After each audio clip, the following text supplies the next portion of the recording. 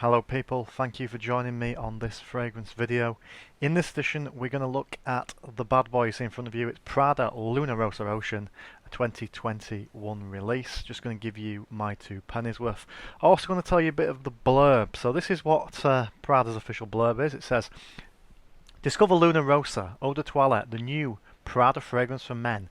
A scent for the modern adventurer gripped by a magnetic calling for discovery, built on a conviction that with technology as an extension of ourselves, Luna Rossa Ocean can empower us to push ourselves beyond our limits, reimagine what's possible, and explore new horizons.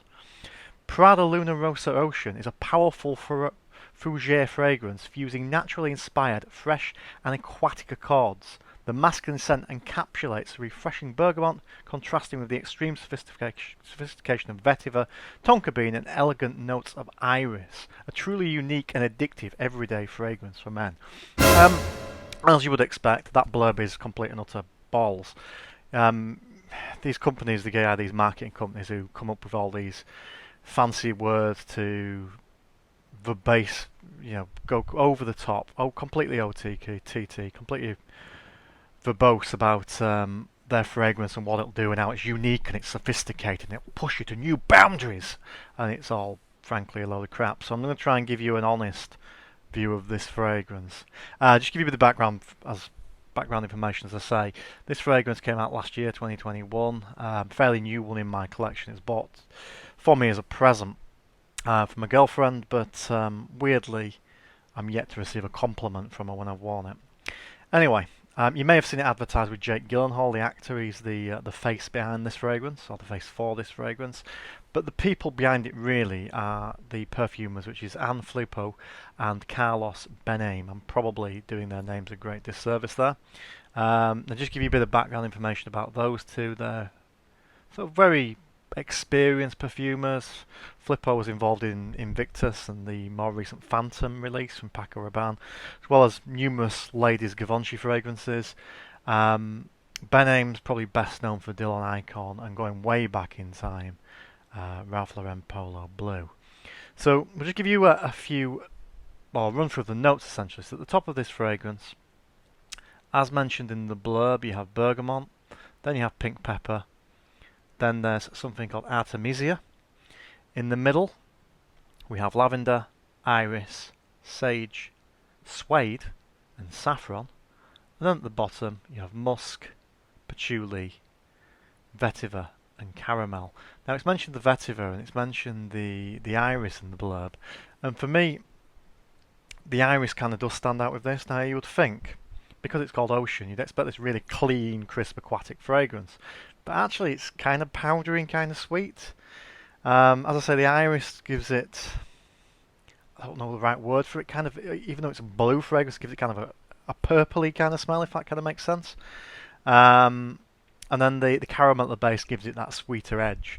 So it's not really this clean, crisp summer fragrance that you'd get from, say, like an Acquadigio line or something of that nature. That said, it does have pretty decent versatility. I'm getting tongue twisted a lot today. So it's very clean, very inoffensive fragrance. Will suit in a lot of circumstances. I wouldn't suggest it maybe for office use unless you go quite easy on the trigger finger, because the iris can stand out. But yeah, it does fit a lot of settings. One thing that I will point out of this is when I first tried it, the opening on this I thought was completely weird. It's synthetic, it's odd, and to my nose at least, not remotely like Dylan Blue by Versace, which a lot of people have compared it to. I don't think it really smells anything like Dylan Blue at all, so I don't really get that comparison. But one thing I will say about this is that weirdness you get at the outset, it does subside thankfully, and after a few minutes you're left with quite a pleasant dry down. It's not mind-blowing, but it's kind of a clean laundry smell. Now, Prada fragrances are known for being soapy, they're known for being clean. This kind of fits into that category, though it's not as soapy and clean as some of the others. It does still have the iris still has that sort of darker edge to it, that dirty edge. But on the whole, it's not going to hurt anybody's nostrils. It's not going to offend anybody. And as I say, it's all right for these, for a variety of different circumstances. Although a little odd, not the greatest fragrance in the world. I know that other people have talked about this being a great compliment getter. I've not experienced that with this. As I said, my girlfriend bought me it. She's not complimented me at all. Neither has anybody else when I've worn this. Um, so each to their own, I suppose, but it doesn't work for me in that respect. Just giving a quick comparison with the others in the line as well, the Luna Rossa line. I do own Carbon and I also own Luna Rossa Sports. This isn't really like them. I mean, there's obviously going to be some similarities if you drill down to the DNA, but it's kind of a completely different fragrance to them. Carbon smells very Ambroxan heavy, and it's a lot like Dior Sauvage. And Sport is powdery like this, but more powdery and probably more sweeter, and probably going more in the sort of 212 sexy men stroke light version of Le Male. I'm struggling really to compare this one to anything.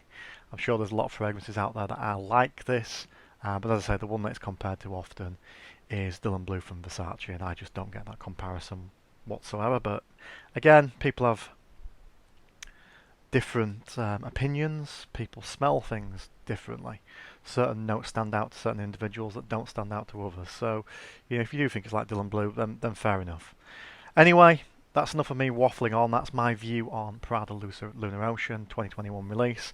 Please do look out for my other fragrance videos every time you tune in. It is very, very much appreciated. Again, apologies for not doing them particularly often. And as I always say, I will endeavour to do them more often, but life gets in the way. But do look out for them when they pop up. If you can tick that bell button, that will give you notifications every time I do post one of these videos. So as I say, if you can look out for them, I will be very appreciative. Okay, that's enough from me for now. Thank you.